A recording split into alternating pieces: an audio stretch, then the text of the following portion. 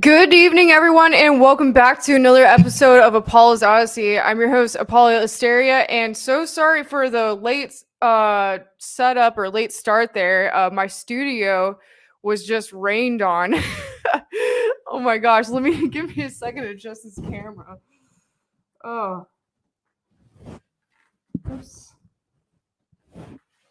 Yeah, so let me just pull up my other guest and you guys can discuss while I get ready here. But yeah, like basically it just rained for the first time in a long time here in LA, and the sunroof is like right over my studio and my set was rained on. So let me bring on Nikki and Laura and you guys can talk while I get my cameras all adjusted here. So I can just start off the show while I... Yay! Well, hey, good to see you guys. I'm so glad that it got resolved. Right before we ran on, that was wild. Wow. And hey, Nikki, and I know you got to pull some things together. So it's great to be here with Nikki Zephier, who's Chief Golden Light Eagle's daughter. And she has created an incredible event for 11/11 in honor of Chief Golden Light Eagle, her father. And I just want to kind of hand it over to you to share about how this all came together, what is going to be happening while we're there, and who else is going to be speaking. Anything you want to share about this incredible event that I am so grateful to be a part of, and so awesome Apolla is going to be there too. So yeah, take it away. Oh, we have 3 more days to the event here in Pickstown. And it went from Wagner to Pickstown, but it's crazy. So Giorgio Bongiovanni was supposed to be coming, first of all. Things changed. I'm waiting for permission from him to explain why, but he is putting together a video for us to share. Apolla? Sorry. Are you calling me? You guys, I'm so sorry. I don't know. I'm just a mess today. This is nuts. Like it's like literally raining on my studio right now. Like I hung a bucket from the ceiling and it like didn't work, I guess. So yeah, it's crazy. We just got the schedule finished, and you know, like there's still changes. Super excited. GGO, you, Laura, Apolla, family here are gonna finally get to speak that need to speak. The entertainers and Jackie Burr, Drew Banky, Susan Stanton, and a few poets are going to be there. Also, Silver Star, Grandma Silver Star, and she is bringing Reiki Master. I can't even think. But he's coming and he's going to give massages. Ooh. And Apolla's going to have her shaman spears. I'm going to be bringing some stuff. So there'll be vendors. You have some books and some things too, right? Yeah. I didn't bring them down here. We got little miniature bars, and we're going to throw together a package deal. Different sizes, wooden, miniature. Did you say bars? Of these. What is that? So my dad explains the bar with the symbols on there in a YouTube video. This is a replica, so I have 2. I haven't seen that video. What does that represent? That has the 1111 symbols on there. Wow. Isn't it connected to a UFO craft that they discovered that? Yep. What? Yep. And he said they ranged, I think, 16 feet and smaller. So these are replicas. I'll have little miniature plastic ones and then wooden ones that were just made from a good friend. A shiny good friend. Ooh, a shiny good friend. Oh, that's so cool. I'll have some of my dad's memorial t-shirts and the books, of course. Wow. Yeah.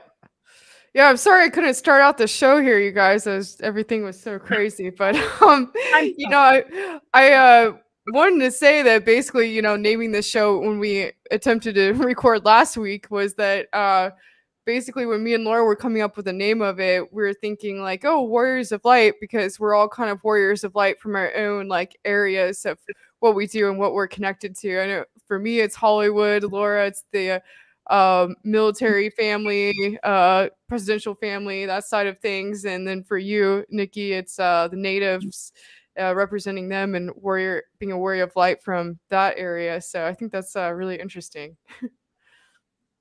I know, just us three coming together, I just really feel that there's just content that we're going to bring forward that just flows really naturally from the three of us and our three voices. It just felt like the minute we all started group texting and coming together, it was like we've been doing this forever. It's just the familiarity with our energies and just how we're merging and integrating, you know, all of this. It really covers so many bases of just power structures on the planet, and then the most earth grounded, you know, energies of the Native Americans and what they've endured and what they've gone through and what you've seen in the Hollywood industry, what happened to that industry, how you've been challenged, and just really like just really having a hard time getting work because you're not willing to comply, and how strong of a warrior you've been in that arena. And yeah, in the DC realm, I did go to high school outside of DC, but I had lived kind of all over. But yeah, just really shedding light on the truth of what took place during his administration, how that's impacting us now. It just, between the three of us, so much gets covered, and it's so wonderful. And I'm so grateful, Nikki, that you invited, you know, us. I've been speaking with Star Knowledge since 2011, really got to know your father really well. And just to be in this gathering with family members, and particularly getting to know you more. And you know, Apolla has always been felt like really called to come to a Star Knowledge event and be a part of it. And just boom, at the last minute, you were just like, yes. And yeah, and then she's been pulling together the spears and just the enthusiasm. And then all of a sudden, you're just posting all this stuff, and I just feel this incredible sisterhood and warrior energy that we all share. And there's just so much to learn from each other, and I just can't wait to be in South Dakota. And you know, me and Apolla both recently watched that movie. You want to talk about that a little bit? Oh my gosh, you ended up watching it too? Yeah, I would just I was texting you. I'm like, yeah, I'm like bawling too. And oh wow, I didn't realize you watched it too. Yeah, so like the other night, I really wanted to see something that talked a little more on the white buffalo woman, that whole story, or white buffalo calf woman. And I was like looking through documentaries online, and then I found this one called like Women of the Buffalo. Is that what it was called, Laura? And it went into basically what is going on all the reservations in South Dakota, and you know, like how bad it's been in the reservations there, like, you know, them being in poverty and the human trafficking and everything going on. And then I don't know if you've seen it, Nikki. No. And yeah, I mean, it was just like, wow, I was just like bawling. It just like basically what, you know, I guess what the Euro Americans came in and did to the culture of all the native tribes, you know, around the country. I mean, it's so terrible what happened. And I think it's about time that, you know, like, so I did a show the other day on the Hopi prophecy about the Rainbow Warriors. And it was like a lot was coming to me with that after I saw the documentary and I started like researching some things for my presentation. I started seeing all these like quotes about it, and I'm like, wow, I really feel like the prophecy, what I was talking about, is like, I really feel like it's time that, people like actually go back to the land and go back to these native tribes and start, learning the wisdom that they had, that, basically these Euro Americans came in and, got rid of their culture. And, now I think now it's about time for us to come in and start, actually learning from what the natives had to say about all of this, and about going back to the land and being a part of nature. I was wondering what your thoughts were on all that, Nikki. Well, yeah, I just there was a post, somebody commented on my post and said how white people are profiting from stuff like the Star Knowledge Conference, and I messaged him and I said, I'm sorry you feel that way, but it costs money and nothing is free. But as far as going back, I'm learning that, going back as far as memories helps go forward. But yeah, learning even farther back to take care of the land and take care of each other. So were you like raised with your like native traditions growing up? I was raised, well, I went to school in a white school in the beginning until they seen my dad, and then they didn't want me to play with their kids because he was native. I think I fit in, and then I fit in down to Marty Indian School with my family. Raised going to sweats for a little bit until I had a family. So they're not raised that way. But as far as the Star Knowledge Conference, I've been to 3 of them, and just sitting back and watching all the people. And yeah, like you said, it's time for people to know where we come from, and you plus everybody else coming, everybody has a message for us.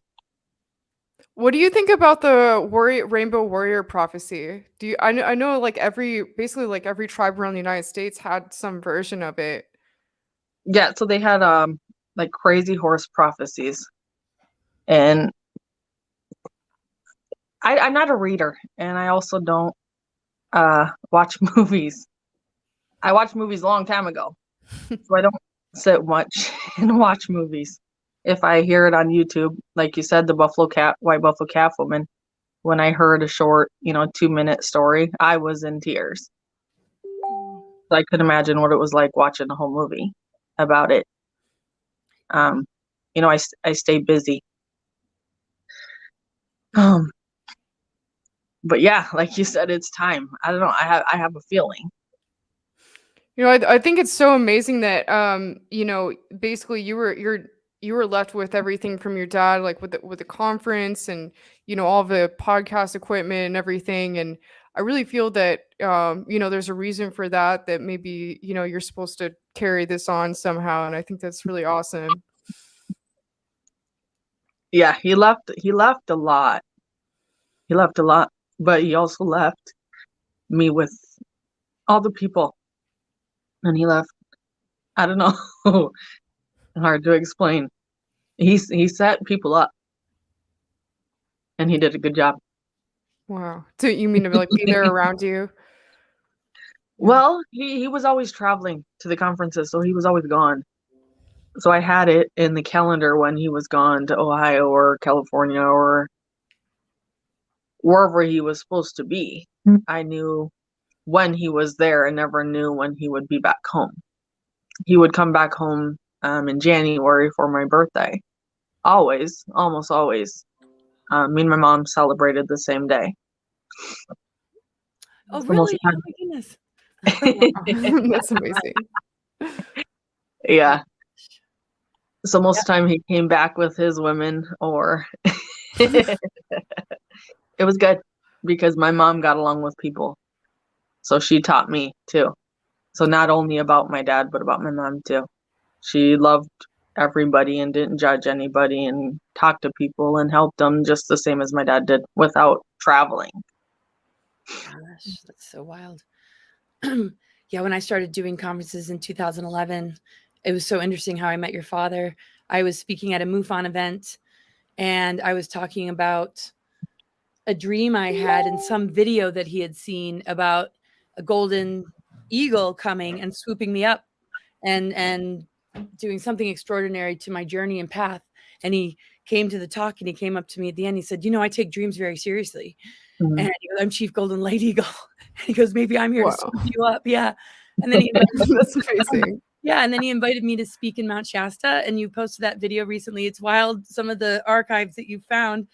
And yeah, just the feeling of family and connection was so huge. And then now meeting you and getting to know you is really incredible. And just like Apolla said, just having that passed on to you, but it's so just sovereign in your own soul anyway of what you carry. But yeah, just this connection with the conferences and pulling people together. And here we are, 11/11, and we have this incredible event to look forward to.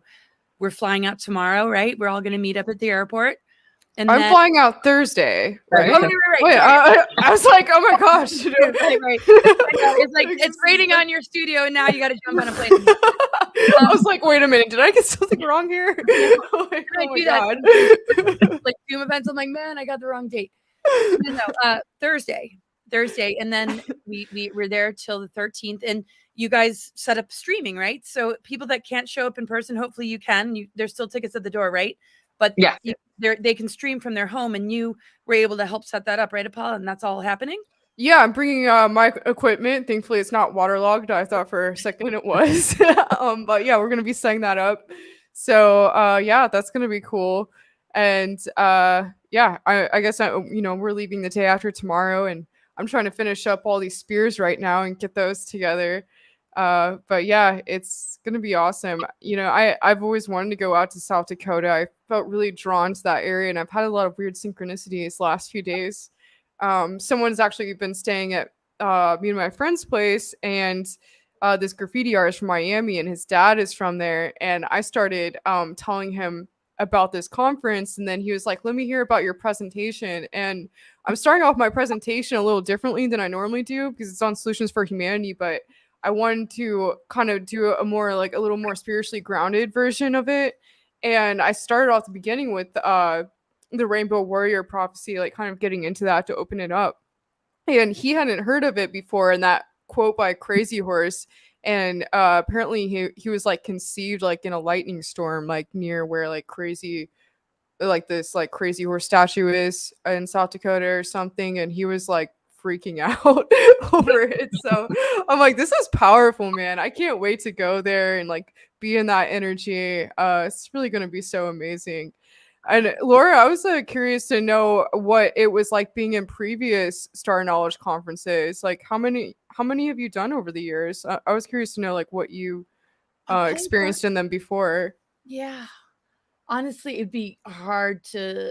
Sometimes there was 2 in a year, smaller ones than larger ones. I would say if it started in 2011 and it's 2022, probably about 10 to 12 altogether.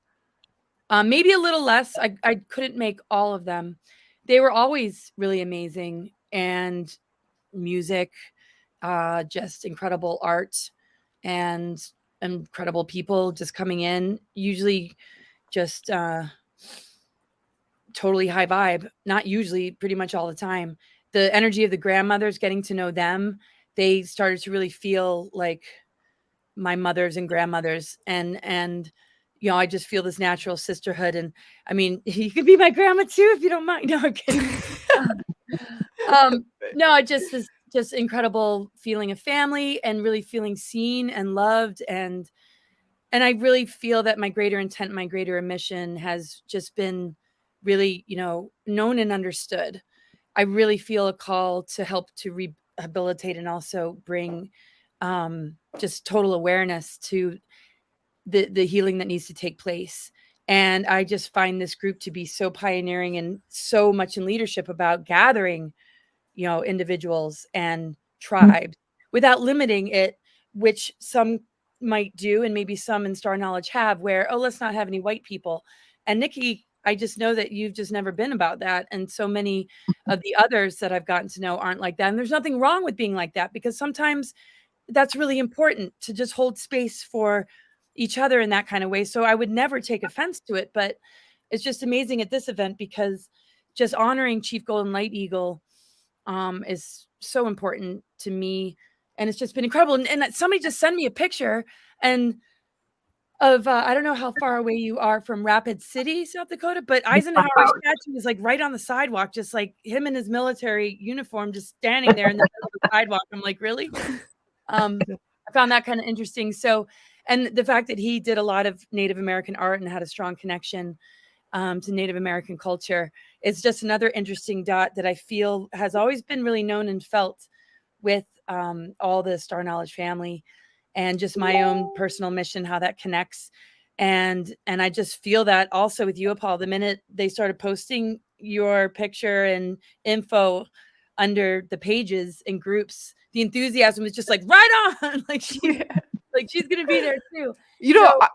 I just feel like that pioneering energy and the leadership connected to the total healing and the bringing awareness to the wisdom of indigenous culture and the connection with the land and Mother Earth, and your incredible leadership and beautiful soul and spirit, Nikki, is like so awesome. What were you going to say, Apolla? I actually am part Cherokee, and I wasn't ever like sure. Like everyone in my family, they talk about how my great grandma was Cherokee and she's from a reservation, and I'm like, well, I don't really understand because I'm so white. Like I don't understand how that's possible. And when I did my ancestry, or when I did my DNA test, it didn't show up. So I'm like, I guess like someone was with someone else in the family or something. I don't know what happened. But yesterday I called my uncles and I was like, look, I really want to know, like, well, can you just tell me everything you know about that? Because I'm about to go out to this conference. Like, I'd like to know like what you know about that. And they're like, oh yeah, your great grandma, like, and all your ancestors, they walked on the Trail of Tears. They're Cherokee. Apparently my grandpa or my great grandpa met her on like a tribal land somewhere around like Oklahoma, I guess, on a reservation in Oklahoma, and they married and had like several kids together. I think like 10 kids or something like that. And later on, after he passed away, she moved back to the reservation in Oklahoma, and apparently like my family, they could never they never went out to see her because she was just in Oklahoma, and like she was just she's still living in a teepee like on the reservation in Oklahoma. And they're like, yeah, we just went to visit her like once or twice, like my dad's older siblings.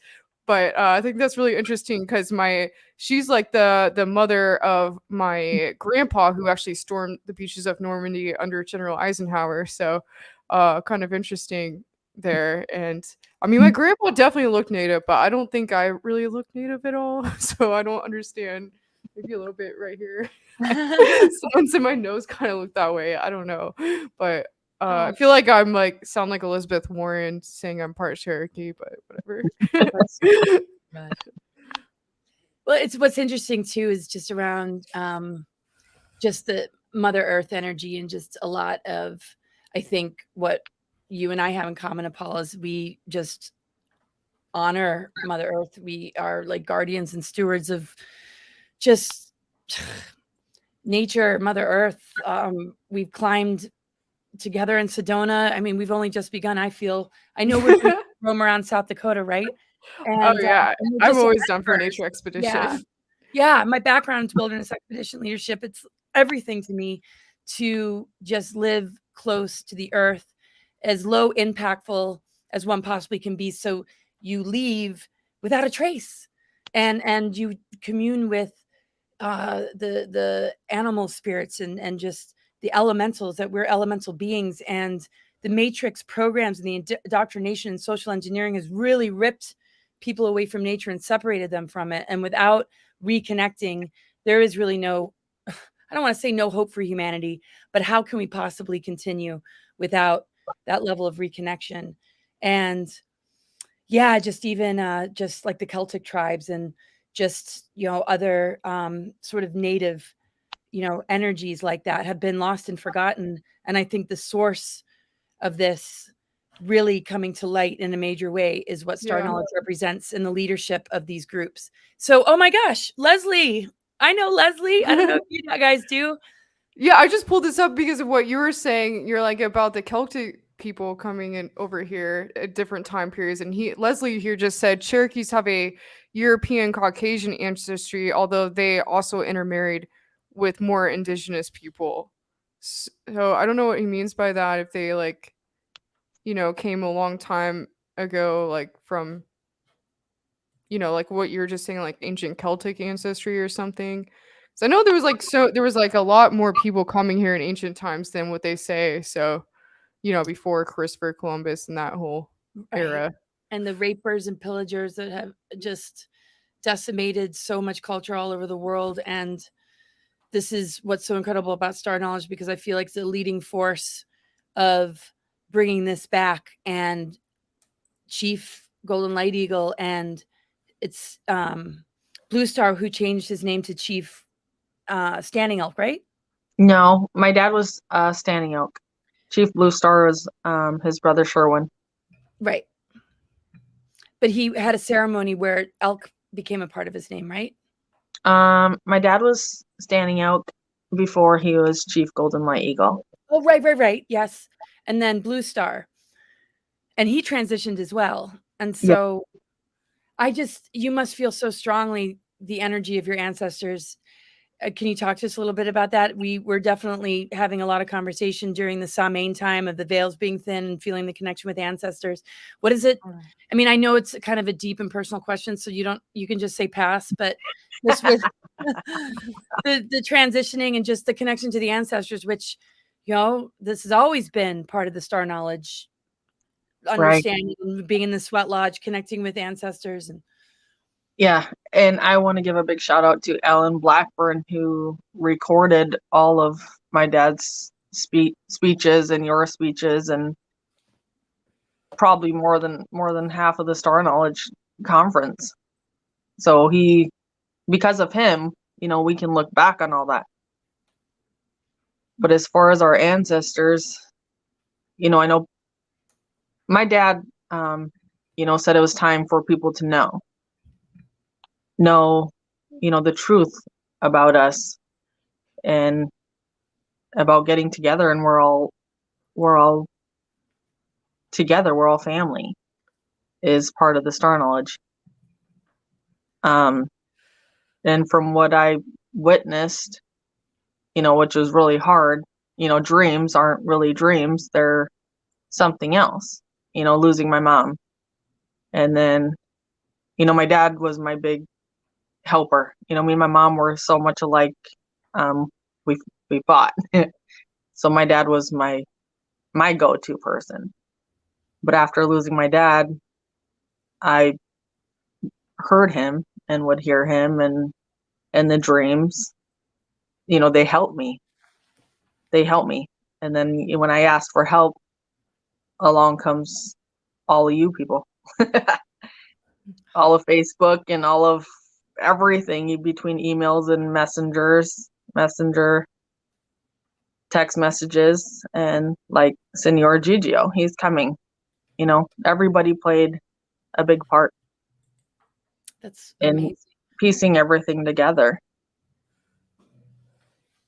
Yeah, I just want to share something. I won't go into detail, but before he transitioned, I was just hanging out by the lake, and he kind of started talking to me intuitively and just wanting to wrap things up as far as some of my relationships, I think, with some of the friends that also went to the star knowledge events. And he was kind of confiding in me about something that he needed to clear. And I just started laughing with him because, his humor, right? He's so funny. And we just started laughing. And then all of a sudden I felt like, and then next thing you know, I look online and I saw the news that he had transitioned. I was like, oh my gosh, that's so weird, because I just felt his presence all morning and afternoon. I hadn't talked to him for a really long time. And that was just really stood out to me. My my dreams have been, I haven't really remembered them lately, and a lot of them are just kind of ridiculous. Like I'm looking for my keys. I'm like, I do that in real life. Why am I dreaming about this? But nothing really. I mean, sometimes it's super significant, but I can only imagine the communication and the kind of connection, and both your mother and father, and so you're in South Dakota. Is there a lot of family that you're living with currently? Or I live with my kids. So Four of them are with of course, we'll get to meet them, right? yeah. Yeah, I'll bring my mini-me to help taxi you guys. So that'll be fun. Awesome. Yeah, Laura, what you were saying about the ancestors, and being around the time of Samhain when we were first originally doing the show, that's something that's been coming up a lot for me lately, is like the importance of our ancestors and why we're here right now. I think we're all kind of here at this like very pivotal time in human history, and we're all kind of here to like not be on the sidelines, but to be in the middle of this kind of spiritual battle that's taking place in our planet. And I feel that we're kind of all like in our own place of like being a warrior and standing the ground where we were at. Actually, when I was at Burning Man recently, a couple months ago, back in September, I had this really weird moment where I was in the temple, and the temple, they have it every year, and it's kind of like way out in the deep playa. Like it takes a long time to get out there. It's like way out there, and every year people like write like what they want to burn like on the temple, like old memories or things like that they want to let go of, or people that passed on that they want to let go of. And I was kind of having this. I decided to kind of take this a bit of a plant medicine experience before I went there, and like while I was there. And when I got there, I was just like really feeling all this from this energy from everyone there. And I was getting close to sunset, and I sat down in the circle in the middle of the temple. There was like a circle or that people were sitting in, and I just kind of sat on one end of the circle, and this person came over and sat on the other end across from me. And when they were meditating, the sun was like around them, and I could like feel them. Like it was almost like I saw them transition into a bunch of different people in front of me, like just their figure. And I didn't know what it meant, but I felt like it was really interesting, like the way the sun was coming in on me. And like, I just like, I had this really powerful experience. And I actually had this crystal that I got from Mount Shasta that was someone randomly gave it to me, and they told me that it was like for time travel. So I put it in the middle of the circle, and then, which is interesting because actually the temple burns at the end of every event. So it burned in the middle of the circle of this huge temple that was built. And so I went over to the side, and I'm like, I don't even know what I want to write. Like I couldn't think of what I wanted to let go of. And all this stuff just started coming through about my ancestors and how important it was that, that basically like, like some of us and like some of our families, like we're the ones that like get all the energy and all the action like goes to us, and like what we're doing in the world, it kind of like comes through that line, and I don't know, I just like felt like I could see all of them standing behind me and like everything coming through with it. And I just wrote this whole thing down about my ancestors and like what I was doing, that I was here for them. And basically it was more like an affirmation for myself, and I let that burn in the temple. But afterwards, like my birthday was like right after I got back from Burning Man, and I have this energy group in LA that I do a lot of work with, and my teacher in that group, I told him about it, and he was like, he said that some people, it's like they can hear their ancestors. Like there might be some people in like certain families that maybe have more capability to do certain things, or maybe are more successful in life or something, but they can't hear their ancestors and what their ancestors are trying to tell them. And some people, like, in a way they do, and they can act on it. And I guess he was trying to tell me that, that's how he felt. And I thought it was really interesting because I really felt that. And I feel like I can feel when they come around me, And I want to say, Nikki, actually, what Laura was saying about, about your dad, you know, I actually have been feeling that when I started talking to you, when I was talking to Laura, and we started connecting, I kind of felt like I could feel something coming through about that. And I feel like there's maybe some reason why we're connected. And I feel like he's has something to do with that. I don't know why. I have a very strong feeling about that. Oh my gosh, totally. Yeah. Oh, and there's just and what I love is just there's just so much humor to bring into things to transmute so much of the heaviness. Oh my goodness. And just what you're saying about the ancestor stuff. I mean, Ike was appearing to me as a child, and so much connection throughout my life that really guided me on just how to sort of handle what would come to light, what I would need to expose, being the only family member willing to talk about this stuff. And I think they weren't even given the information. And when we all kind of come together and we feel kind of who's standing behind us and what's coming through us as sovereign beings on our own missions that are linked, like lineage holders in a way, that also extends out to the whole of humanity and doesn't limit itself to just a lineage. I just love that we all sort of share together and really just amplifying our messages out to as many who will listen and want to be activated too, to stand up and perhaps do the same. And if not, just integrate it and honor the sacredness of it, you know? Mm-hmm. So as far as the rainbow prophecy that my dad does speak on YouTube too, you know, he says, you know, black people were supposed to take care of water, or, you know, each person had their purpose until everybody integrated. Now we're all here to take care of everything together. Yeah, I think that's so amazing. And I think is that kind of the reason why they started these conferences? I heard about the story about, I was reading online about the story about the white buffalo calf that was born, and that it apparently that symbolized starting, basically that they needed to start talking about their ET knowledge and sharing that. What was the whole story with that? Do you know about that, Laura? I have heard about it. I wouldn't know it enough to tell it well, but I have heard about that.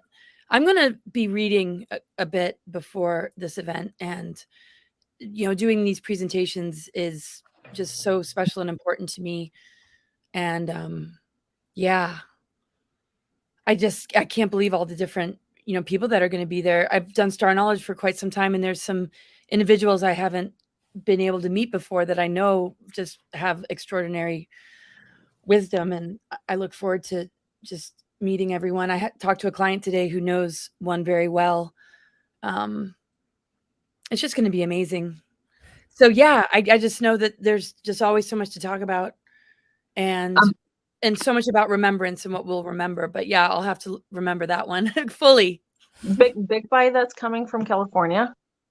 Yeah, he's coming from California. He has music videos on YouTube, and he speaks about knowing our past and who we are.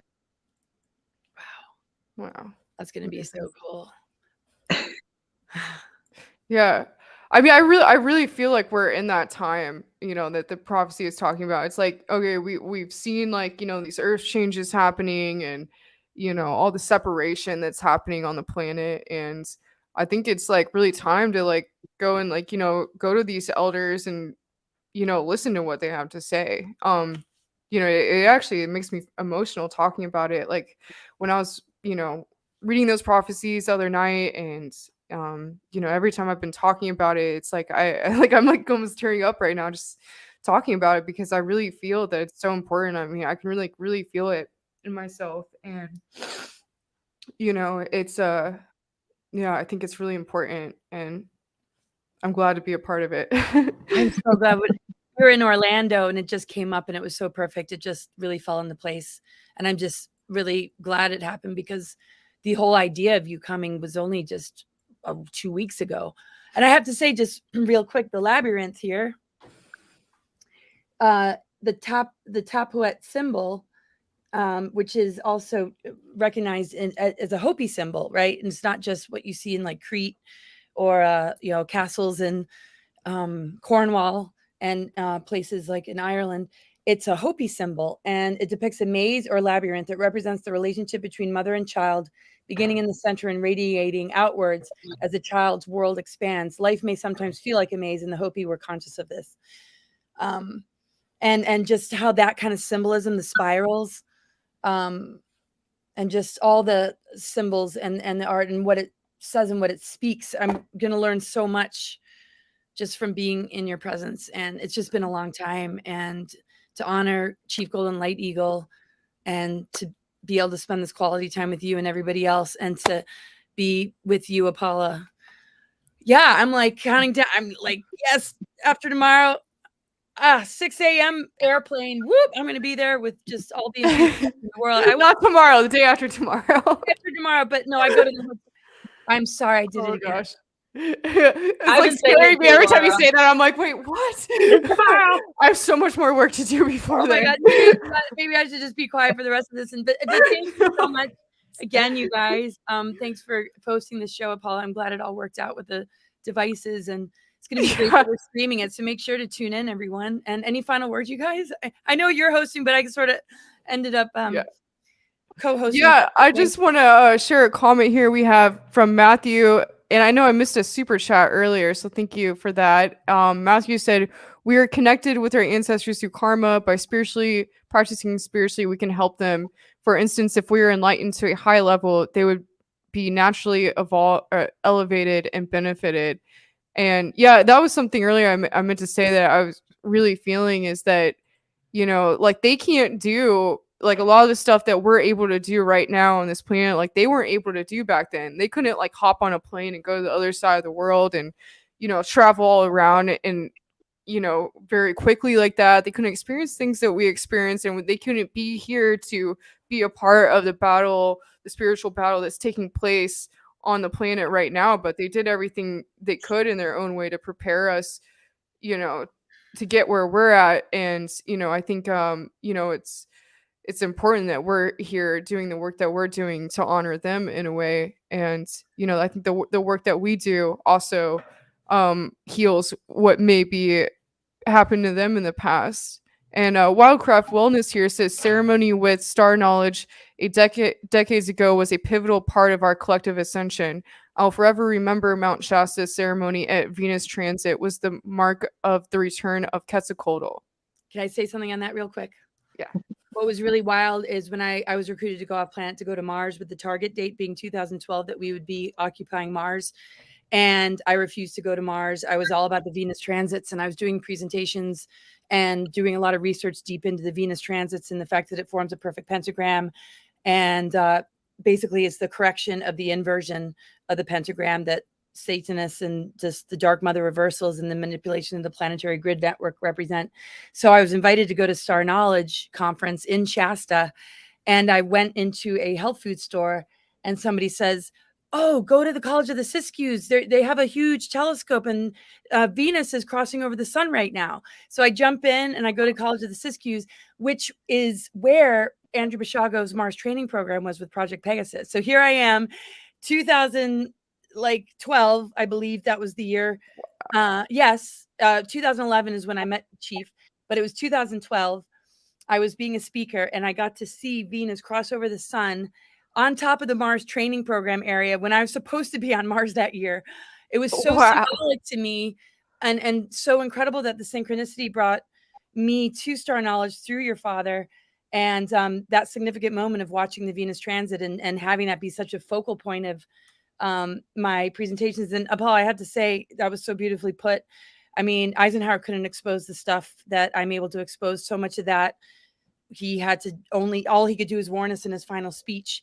And both of you and what you're doing, and so many of you that are listening, I love the way you put it. And it's so true. And this is what you embody, Nikki, and what this conference and what the significance of it is about. And we all get to share that and experience that in that remembrance of, you know, that connection with our ancestors as well. And anybody who views it, you know, you get that activation, that transmission, and it really pulls your focus into how much of a priority this is on our planet right now. Oh, man. Yeah. And Wildcraft Wellness here says 10-year portal from 2012 is open. Such a powerful time we are in. And, you know, definitely feeling that with the the new beginning that we're in on the planet, the new cycle we're in. It's definitely a very important transitory time. And yeah, well, I guess I can start to wrap this up here. I don't know if either of you had any final words before I close out. Yeah, I'm afraid of saying something like we're going to fly tomorrow and see you. I'm like, no. No. Like Thursday morning. Yeah, no, I can't wait. 3 days of celebration and remembrance. Nikki, any final words? No, go to Star Knowledge 1111 or show up. I don't have a card Pull that reader. up right now. And here's the event here. This is the right site, right? Yes. And you go here to click tickets, and it'll take you to this Eventbrite page, which is Star Knowledge Ceremony of Remembrance, Full Circle, in person and virtual. So And thank you, Terry. Yep, thank you, Terry and Linda and Lily have been my go-to people for my websites. Sweet. They're And I amazing. just love some of this imagery here. It's so amazing. Oh, and there's you, Laura. So like right here, so if you're not able to go to South Dakota, you can just go here and click tickets to get added to be a part of the live stream and watch it live while it's happening. So yeah, this is going to be a really incredible event, and I'm so excited to be a part of it. And I guess before I close out here, I want to remind you all to please go over and check out my shaman spears here at shamanspears.com. I make these uniquely handcrafted energy channeling devices, which I invented myself, and I'll be selling them at the conference. I'm finishing up my new collection to sell at the conference, but there's some left here if you are interested in purchasing one for yourself. It helps me with, these flights getting to all these different conferences, which thankfully Laura was able to help me out with this one. So thank you so much, Laura, for that. And yeah, I wouldn't be able to make it without you. So excited for it. Well, I'm thrilled, and I couldn't be happier, and I love to do so. So I really can't wait. And then Sound Tribe Sector now. We'll talk about that one later. Yeah. Love you, Nikki and Apolla. See you very soon. And yeah, bye, everybody. Bye, everyone. Love you both. Thank you so much for coming on. All right, everyone. Thanks for joining me on tonight's episode of Apollo's Odyssey. And until next time, over and out.